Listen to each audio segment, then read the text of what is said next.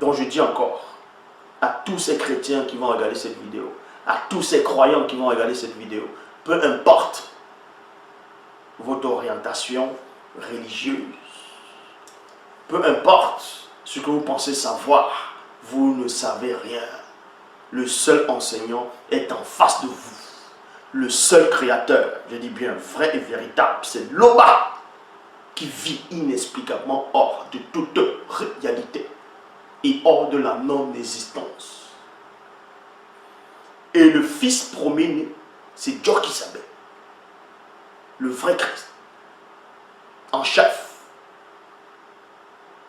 Et le deuxième né, c'est celui qui est en face de vous. Que ceci vous choque ou pas. C'est ainsi.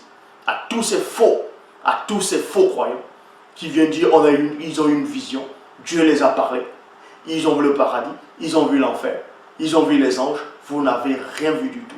Je dis bien, vous n'avez rien vu parce que vous ne savez rien.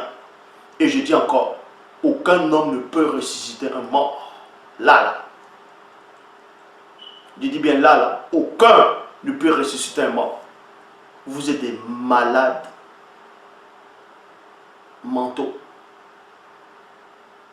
Vous êtes des mongols, des attardés mentaux. C'est comme si vous êtes dans une pièce, vous êtes peut-être dans un salon, et le courant part. Boum! Le courant il part.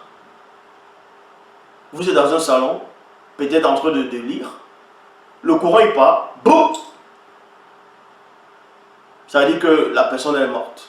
C'est équivalent. Le courant part, boum, l'ampoule s'éteint. Donc on va dire, il y a eu un cadavre.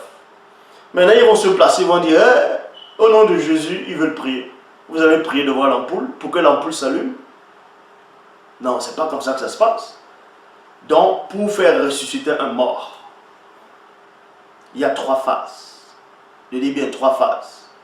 Premièrement, quand l'ampoule s'éteint, on va dire le courant part, bah! Si vous n'avez pas le groupe électrogène, ou bien ce qu'on appelle les panneaux solaires, mais ça c'est ce qu'on appelle le raccourci, toujours. Bon, quand le courant il part, vous n'allez pas prier devant l'ampoule pour que le courant il revienne. Il faut appeler un employé, un ouvrier. Maintenant, quand le courant part, vous allez appeler comment? Mais si vous avez le téléphone bien chargé, vous appelez un ouvrier qui travaille là, ce qu'on appelle où il y a la lumière. En fonction des pays, ça change l'appellation.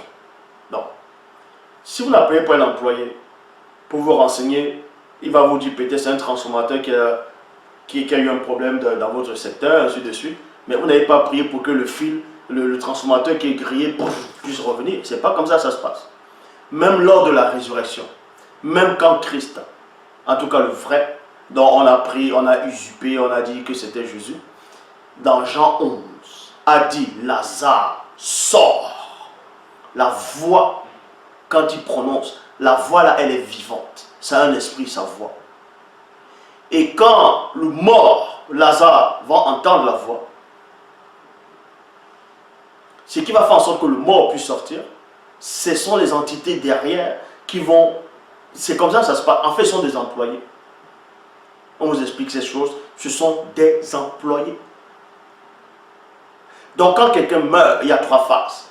Première phase, dans le visible, on voit le corps physique qui s'allonge. Le corps ne bouge plus. C'est-à-dire, c'est ce qu'on appelle le défunt, c'est un cadavre. Un cadavre. Le cadavre, il est là. Ça, c'est dans le plan physique.